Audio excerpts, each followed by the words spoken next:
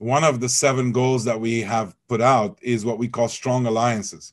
It is very clear that if we cannot counter the hostility and the isolation within which we live, and if we cannot gain relevance in strategic partnerships with regional players and global players, we will lose even what we have now.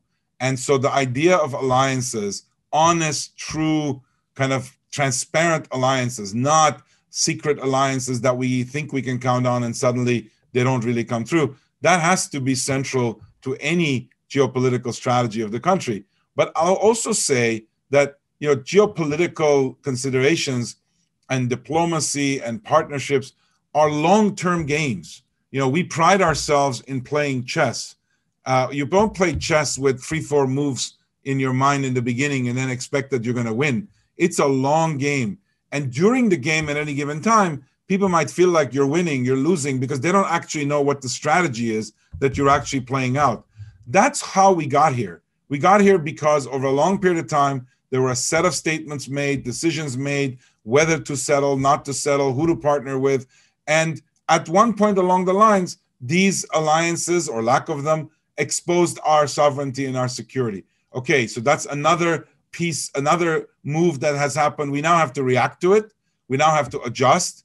And if the more we do that with a long-term commitment of ensuring that we can protect ourselves, and I still will repeat, the best way to do that is to have strong bilateral relationships where somebody on the other side sees it in their interest to be partners with you, not because they pity you or because you're so poor that they have to help you, but actually get something from you. So I think there's a lot of work to do. I'm a little concerned in the last year, 2 years, the degree to which it seems that there's a difference in views between our professional career diplomats and foreign service folks and the government in general. I've not seen that in the past in Armenia, and I think that cannot be a good situation. It cannot be that there's strong disagreements on foreign policy that are not worked out and then presented to the people so that people can feel comfortable that we know what we're doing. So I hope going forward, we bring in professionals again,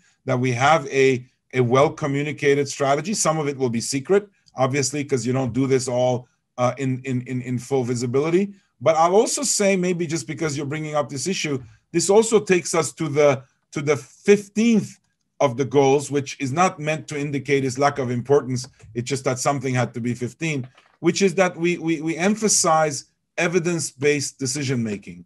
That is, how can we demand from the leadership and from society a level of fact-based decision-making, transparent communication versus illusions and myths? There's a lot that's been said recently. We've been saying it for a while, that it seems to us that the last period exposes a set of beliefs that we were led to have that were not reliable.